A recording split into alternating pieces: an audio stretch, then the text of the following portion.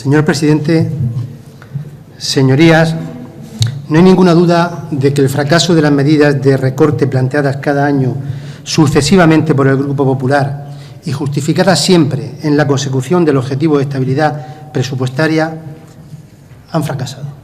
Y no hay ninguna duda sobre eso. Han fracasado en ese objetivo y siguen produciendo un empeoramiento progresivo de la situación económica y social en nuestra región, con un resultado de regresión económica y social de nuestra comunidad autónoma que provoca la caída en un pozo de devaluación social, de derechos laborales, de prestaciones y servicios fundamentales, de paro, de deuda, de déficit, de ingresos.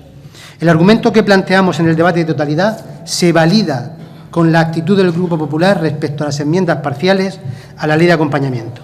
Vuelven a negar cualquier modificación parcial de la ley, obcecándose en mantener íntegro un texto inútil, tan inútil como la ley a la que acompaña, cuando ustedes saben perfectamente que las modificaciones que planteamos mejorarían sustancialmente la ley y ayudarían a proveer de mayores ingresos a la Administración regional.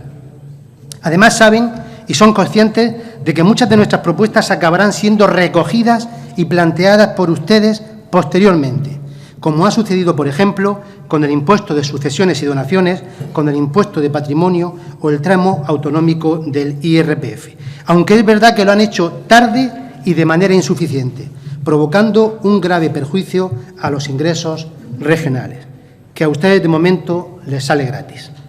Llevamos años planteando esas modificaciones a las que han negado ustedes el sí tozudamente y todavía se niegan a muchas de ellas. El paradigma de esa actitud lo podemos encontrar en el impuesto de patrimonio.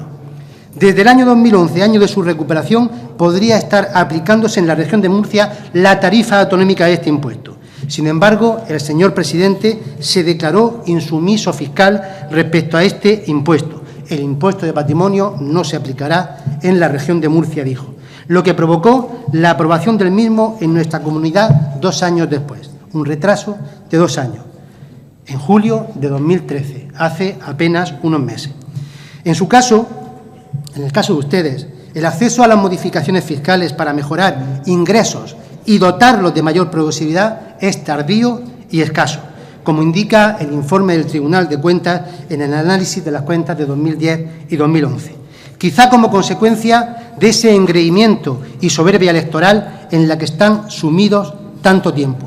Sigan haciendo alarde de los resultados electorales obtenidos en las pasadas elecciones. No dejen de hacerlo en este momento, por favor, sigan haciéndolo.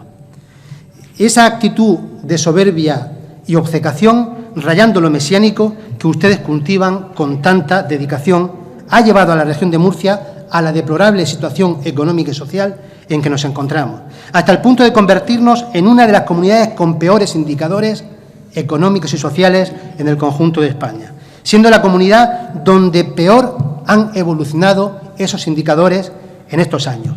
Y esto último es más grave, o tan grave si cabe como lo anterior, porque esa divergencia en el empeoramiento, a más empeoramiento en la región de Murcia, provocará que cuando se haya de salir de esta crisis, la región de Murcia salga peor y más tarde. Gracias a ustedes, la comunidad de Murcia se está convirtiendo ya prácticamente, hoy por hoy, en una comunidad inviable económicamente, poco estructurada, más bien desestructurada y desvertebrada socialmente, insolvente financieramente también. No les gusta oírlo, pero es la verdad. Cuando el inefable Montoro dice que esta región está en riesgo de colapso, tiene razón. Por una vez, y sin que sirva de precedente, el señor ministro sabe lo que dice. Nuestra situación es efectivamente de colapso. Una región colapsada tras más de 18 años de gobierno del Partido Popular, que para final del año 2013 alcanzará una deuda superior a los 5.140 millones de euros, 3 veces más que en el año 2010 y que tiene previsto llegar, según datos oficiales, a los 5.800 millones de euros en 2014, que se acercarán más bien a los 6.000 millones de euros. Una comunidad con su objetivo de déficit incumplido prácticamente desde la mitad del año en curso, que experimenta una caída de ingresos de 250 millones cada año, 100.000 euros la hora para pagos de amortización de deuda, 2,4 millones cada día, con un Producto Interior Bruto que ha descendido casi 2.000 millones de euros desde el año 2008 al año 2012, o con un Producto Interior Bruto per cápita que ha pasado de 20.340 euros en 2008 a 18.520 en 2012. Una comunidad autónoma mucho más empobrecida. Una comunidad con un presupuesto cuya segunda mayor partida de ingresos es la que se refiere a la obtención de préstamos y con más de 216.000 parados. Sí, señorías, la primera partida de estado de ingresos del presupuesto para 2014 es la de impuestos indirectos, 1.699 millones de euros. Y la segunda es la de pasivos financieros, el capítulo 9, con 951 millones de euros. Eso es lo que espera a nuestra comunidad. No vivir y desarrollarse a base de crecimiento económico con equidad social, sino solo subsistir a base de préstamos que elevan la deuda hasta niveles de colapso. Es verdad, la deuda de mañana es el déficit de hoy, decían esta mañana. Estamos de acuerdo. Y por esa misma regla de tres, la deuda de hoy es el déficit de ayer. Por esa misma. Y claro, ante ese análisis hay que pensar quién ha gobernado esta comunidad de la región de Murcia hoy y ayer.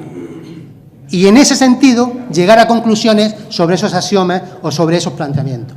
Los responsables de la deuda de ayer, el déficit de ayer, el déficit de hoy y la deuda de mañana, en esta comunidad autónoma no tiene otro nombre más que el de un partido, el del Partido Popular, única y exclusivamente. Esa es la conclusión. Y claro, ante esta situación, el problema que ustedes tienen, el que a ustedes más les preocupa, es que no pueden eludir su responsabilidad, aludiendo a su vez a la herencia recibida durante los últimos 18 años, que es lo que mejor saben hacer y mejor les sale, y más les gusta además. Son ustedes mismos, con su propio mecanismo, los que tienen y han tenido la responsabilidad gubernamental en esta región. Son los responsables de ese colapso de nuestra comunidad, al que alude el señor Montoro. Y aquí no cabe hacer distinciones. Si el Gobierno, con el casi extinto señor presidente a la cabeza, ha sido y es el brazo ejecutor de este destrozo, ustedes, con su silencio cómplice en unos casos o con su entusiasta colaboración en otros, son también colaboradores necesarios y responsables del destrozo regional. Es verdad que nos vemos obligados hoy también, en el caso de las enmiendas parciales de la Ley de Acompañamiento, a reiterar parte del debate de 2011 y 2012, porque vuelven a hacer los mismos planteamientos que hicieron en esos periodos. Señorías, ante esta situación, ante este dibujo, su dibujo, primero se descuelgan con un presupuesto inútil e injusto, y que es el fiel reflejo de una muerte anunciada. Un presupuesto que nace irremediablemente muerto, que incluso antes de aprobarse ya se anuncia su modificación para, mediante nuevos recortes, machacar a los mismos de siempre para así, dicen o dirán, ajustarlo al objetivo de déficit incumplido y al que hay que cumplir. Ese es el planteamiento. Y a ese presupuesto se le adscribe una ley de acompañamiento, tan inútil en su origen como previsiblemente en su final, sin ningún contenido sustancial y que nada bueno aporta en ninguno de los tres ámbitos que anuncia abordar: el tributario, el administrativo y el de la función pública. Una ley que quizá resulta dañina tanto por lo que expresa como por lo que omite. Una ley a la que el Grupo Socialista planteó enmienda de totalidad en su momento y ahora plantea 15 enmiendas parciales para su modificación. Dado el carácter de revoltijo que tiene esta ley, para enmendarla parcialmente hay que entrar en asuntos tan diversos como el juego, los puertos, la pesca, la función pública, la acuicultura, la administración, la calidad de los servicios, la regulación de los servicios informáticos, medidas tributarias. Menudo revoltillo, señorías, menudo revoltillo. Esta ley plantea, por otra parte, una curiosidad. Contiene las medidas tributarias que no debiera contener. Incluye disposiciones que debieran aparecer en otras leyes y otras que, por redundantes, no debieran tampoco aparecer, y omite todas aquellas que serían necesarias. Esa es la definición de este magnífico proyecto de ley. Señorías, entramos directamente en el artículo 1 de la ley, gravamen del bingo electrónico. Lo regula. Parece ser que se va a poner en marcha esa modalidad de bingo electrónico y se regula. El texto de la ley introduce un gravamen del 15%. Inexplicable en esta situación que se reduzca del 30% que hay a nivel nacional al 15% del gravamen para una actividad que se va a generar en el futuro. Para una actividad, con lo que está cayendo, ¿qué trabajo cuesta aplicar la normativa nacional? No cuesta ningún trabajo aplicarla. Es que resulta que como todavía no se ha puesto en marcha la actividad, no va a producir ningún efecto negativo. Hombre, claro que no. Lo que no puede ser, y además es imposible, pero cuando se ponga así, una minoración del 15% de los ingresos vía tributaria por la aplicación de esa modalidad. Nosotros lo que planteamos en la enmienda es que se ponga el 30% en lo que hay a nivel nacional. ¿Por qué el 15%? Y lo que se pueda recaudar con ese 15% que incrementamos, lo podemos dedicar a lo que se decida, lo podemos hasta pactar a que lo dedicamos, priorizando con ustedes la dedicación de ese mayor ingreso. En el expediente no hay ninguna justificación que avale la disminución de esa carga fiscal. Ninguna. Más que la voluntad de dar respuesta supuestamente al sector. No lo sé, no sabemos, ahora que nos lo expliquen. En el artículo 1 también planteamos otras 3 enmiendas que se refieren respectivamente a la modificación de la escala del impuesto de patrimonio, a la modificación de la escala autonómica en el impuesto sobre la renta de las personas físicas y otra sobre equiparación de beneficios fiscales en la modalidad de sucesiones en el apartado bonificaciones en la cuota de adquisiciones. En relación con el impuesto de patrimonio ya sabemos la posición del Partido Popular desde el principio respecto al mismo. Una oposición radical a la aplicación de la escala autonómica del mismo, con manifestación pública del señor presidente, incluida amenaza de insumisión, y esta posición de 2011 se la envanaron en 2013, la corrigieron en 2013, y decidieron entrar en razón tras sucesivos debates en esta Cámara, de tal forma que se produjo la modificación de la escala en la Ley 6/2013 de 8 de julio. Lo que nosotros pretendemos ahora es ir un poco más allá. Ya lo sé que a ustedes no les gustan que toquemos las cositas de aquellos que más tienen, no les gusta, pero nosotros sí queremos ir un poquito más allá en aras del interés general. Pretendemos modificar la escala autonómica vigente del impuesto sobre patrimonio, produciendo una variación sobre los tipos y las cuotas resultantes, empezando en el 0,30 para la base más baja y llegando hasta el 3,75 para la base liquidable más alta, que es la que se refiere a patrimonios superiores a 10,7 millones de euros. Y todo eso frente al 0,24 y al 3% existente ahora mismo. Esa modificación supone que las cuotas íntegras a abonar por los contribuyentes que a ustedes no les gusta que toquemos ascienden progresivamente desde los 401 euros hasta los 501 euros para las bases más bajas y de 220.000 euros hasta los 275.000 euros para las bases más altas en el caso de que se aprobara esta modificación. Para que se hagan una idea de la eficacia y la importancia económica de la aplicación de este impuesto, les diré que en el año 2011 la comunidad autónoma fijó derechos reconocidos por este impuesto de 2,2 millones de euros. Año 2011.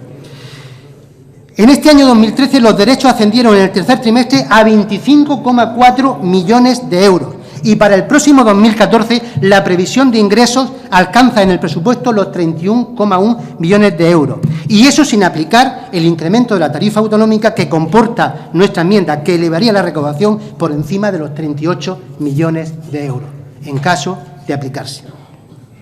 También planteamos la modificación de la escala autonómica complementaria sobre el impuesto de la renta con mucha menor pretensión de recaudación económica. Lo hemos planteado a ver si ustedes, pues como es una cosa razonable de la subida de 1 punto para la renta de hasta 120.000 euros y de 2 puntos porcentuales para las rentas superiores a 175.000, a ver si, como han hecho otras veces, entran y la aceptan y a partir de ahí podemos ir evolucionando.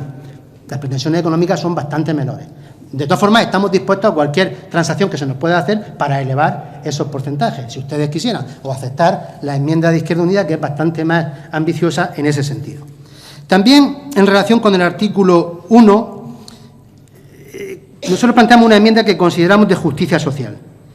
La bonificación en las adquisiciones mortis causa del 99% que afectan a descendientes y adoptados, cónyuges, descendientes y adoptantes. Nosotros queremos que aquí, lo venimos planteando todos los años porque nos parece de justicia absolutamente, se produzca una equiparación en relación con esta bonificación y que afecte a las parejas de hecho inscritas en el registro oficial de parejas de hecho de la comunidad autónoma, así como a las personas objeto de acogimiento familiar permanente preadoptivo que se equiparen a las adoptadas. En fin, es de justicia social. No tendría una gran repercusión económica, creo, sinceramente, porque son supuestos muy específicos, pero sí comporta una gran justicia social de equiparación en ese sentido. El artículo 2, canon de saneamiento. Bueno, pues planteamos una enmienda de supresión, porque no queda acreditada la necesidad de proceder a esa subida, sino es para equilibrar las cuentas de SAMUR. No se aporta ninguna documentación o estudio acerca de los costes de explotación o medidas tendentes a la reducción del gasto tomadas hasta ahora o al desequilibrio económico que se pudiera producir si no se elevan las tarifas. No se dice absolutamente nada de eso. El CES dice muchas más cosas que vamos a omitir por cuestión de tiempo, pero vienen a ahondar en que no queda justificada esa subida y que podría producir, en caso de aprobarse, perjuicios importantes a familias que no solamente sufren esa subida, sino que tienen que soportar subidas de bienes fundamentales o el uso de bienes fundamentales como es el agua, como es la luz, como es el gas, y que esta vendría a incrementar esos gastos. Y luego, respecto a la familia que se dedica, a las empresas que se dedican especialmente a la producción industrial que tenga como base la utilización del agua. Eso es lo que dice el CES y nosotros creemos que tiene toda la razón del mundo, por eso hemos planteado la enmienda. La supresión de las tasas 171, 72 y 73 es un clásico. Ustedes las pusieron en marcha, creo que en 2012, para el presupuesto de 2012, y nosotros las venimos pidiendo su supresión porque nos parecen injustas, porque nos parecen injustas, nos parecen muy injustas. Tasas que se refieren a los discapacitados, a las familias numerosas y a los dependientes por la solicitud del reconocimiento de grado o por la solicitud del carnet de familia numerosa. Esas son las tasas que se aplican y, sin embargo, aquí no argumenta que son pocos los ingresos que se pueden producir por esas tasas y por eso no las pone. Cuando planteábamos la puesta en funcionamiento de determinados impuestos, sí decía, no, es muy poco lo que se va a producir, no merece la pena, 2, 3 millones, 4 millones. Bueno, aquí ese argumento no vale. Y si son 150.000 euros, 200 o 130.000, sí las ponen en marcha. ¿Por qué? Afectan a los que afectan, las otras afectaban a otras. Incluimos nuevamente el impuesto sobre las entidades bancarias. Hombre, aquí nos van a decir, seguro, que cómo lo ponemos, que está regulado a tipo cero y que no se puede poner en la comunidad autónoma de la región de Murcia. Inténtenlo, intenten aprobar esta enmienda a ver lo que pasa. Si está en mi trámite, ustedes intenten decir que sí, a ver lo que pasa después y cómo peleamos esta historia. No me digan que no se puede poner porque lo ha regulado a tasa cero o a canon cero o a tipo cero el señor Rajoy. Inténtenlo. Bueno, aquí es curioso, hagamos las cuentas como las hagamos, aquí se ha producido un perjuicio y se sigue produciendo un perjuicio gravísimo para las arcas regionales de la comunidad autónoma de la región de Murcia. Si hacemos la cuenta desde el año 2002, 10 años a 20 millones de recaudación, 200 millones. Si hacemos la cuenta en los últimos 2 años, que se podía haber aplicado el impuesto antes de su regulación estatal, desde que se produjo la sentencia del Tribunal Constitucional, estamos hablando de 2 años a 20 millones, 40 millones de euros de recaudación perdidos. ¿Por qué? ¿Perdidos por qué? ¿Cuál era la razón para no ponerlo en marcha? Que los bancos no pagaran esa tasa. Esa era la única razón. Que los bancos no pagaran esa tasa. Yo no sé si ustedes son amigos o enemigos accionistas o han estado en algún banco alguna vez, en ese entrar y salir con la puerta giratoria que tienen tan fácil ustedes. No lo sé, no lo sé. Yo no sé cuál es la razón por la que se evita ingresar 40 millones de euros en 2 años en la comunidad autónoma de la región de Murcia provenientes de una tasa que se aplica a las entidades bancarias. Y en otras comunidades sí. No lo sé. Ustedes sabrán si son amigos o no. Yo tengo cuenta corriente, pero no soy amigo de nadie, como ustedes. Mediante el artículo 6, amigo de nadie de los bancos, hombre. Está usted un poco mayor. Señor presidente, señorías, el impuesto de grandes superficies comerciales, bueno, no lo hemos planteado, no se ha admitido a trámite porque se debatió y lo hicimos con esa intención. Pero claro que hay que decirlo, hombre, claro que hay que decirlo. Ahora usted me va a decir que en la comunidad por la que ustedes cobran, que es la de Andalucía, parece ser, por eso se refieren tanto a ella, la señora presidenta ha decidido no ponerlo en marcha.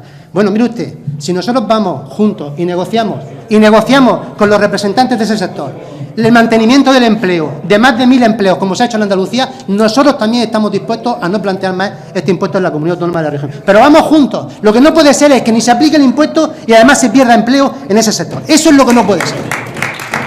Eso es lo que no puede ser.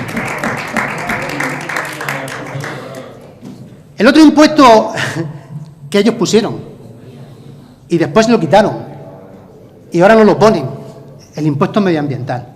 El impuesto medioambiental.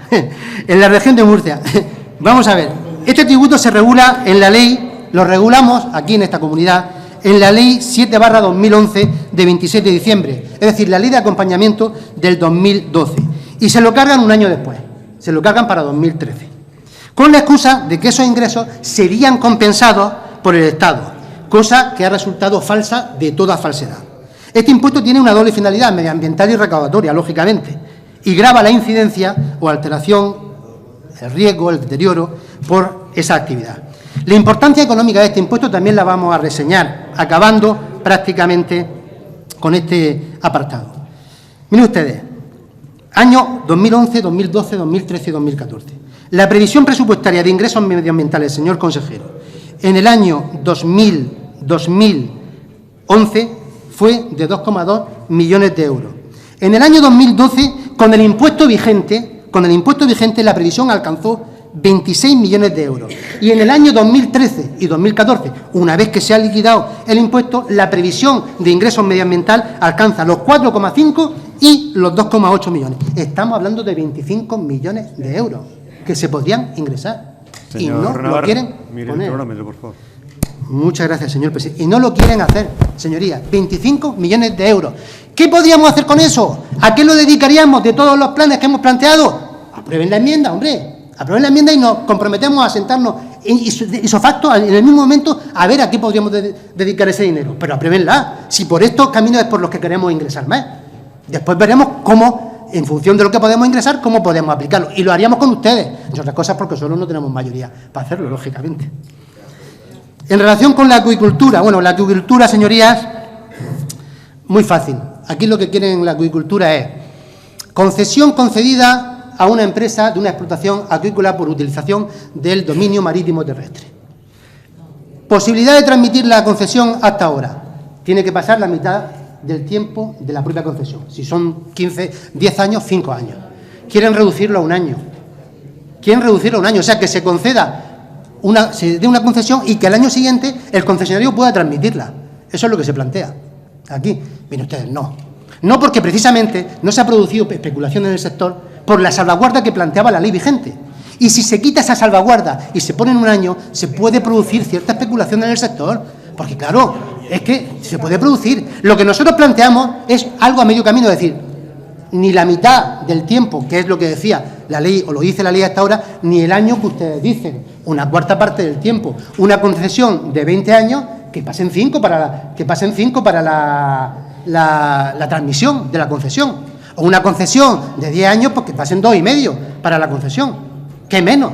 Así da tiempo a instalarse la empresa, a afianzarse la empresa, y una vez que se ha afianzado, o una vez que han pasado 2,5, si se quiere transmitir la concesión, pues que se transmita. No, al año siguiente.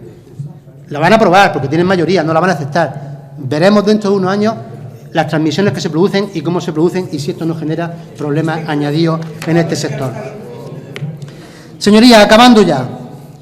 El artículo 10 es el artículo que se refiere a la evaluación del desempeño de los empleados públicos y nosotros lo que hemos planteado es la supresión. Pero por una razón, porque no se puede perder el tiempo reiterando normativa básica. Todo lo que plantea ese artículo y más, porque se refiere incluso a los directivos, al personal directivo, aparece especificado, aparece desarrollado, aparece planteado en el Estatuto Básico del Empleado Público. Y lo que hay que hacer es coger el Estatuto Básico del Empleado Público globalmente, en su conjunto, y trasladarlo a la comunidad autónoma, adaptarlo, porque llevamos desde el año 2007 de su aprobación y aquí no se ha adaptado el Estatuto Básico del Empleado Público en la región de Murcia. Señor Navarro, le reitero el llamamiento. Pues nada, señor presidente, yo ya acabo ya. Señorías, todas estas enmiendas fueron planteadas en comisión y fueron votadas en contra una a una. Fueron votadas en contra por ustedes. Esperamos que de nuestra intervención en este pleno, de la clarificación de cada una de ellas, de la rentabilidad de las de carácter fiscal y de la idoneidad de las de carácter administrativo y respecto a la función pública, puedan entender que cualquiera o alguna de ellas es admisible a trámite y mejora algo la ley. Dudamos de su buena voluntad en este sentido, pero estamos dispuestos a aceptar de grado esa buena voluntad si nos admiten algunas, si nos aprueban algunas. Muchas gracias, señor presidente. Muchas gracias. Gracias, señor Navarro.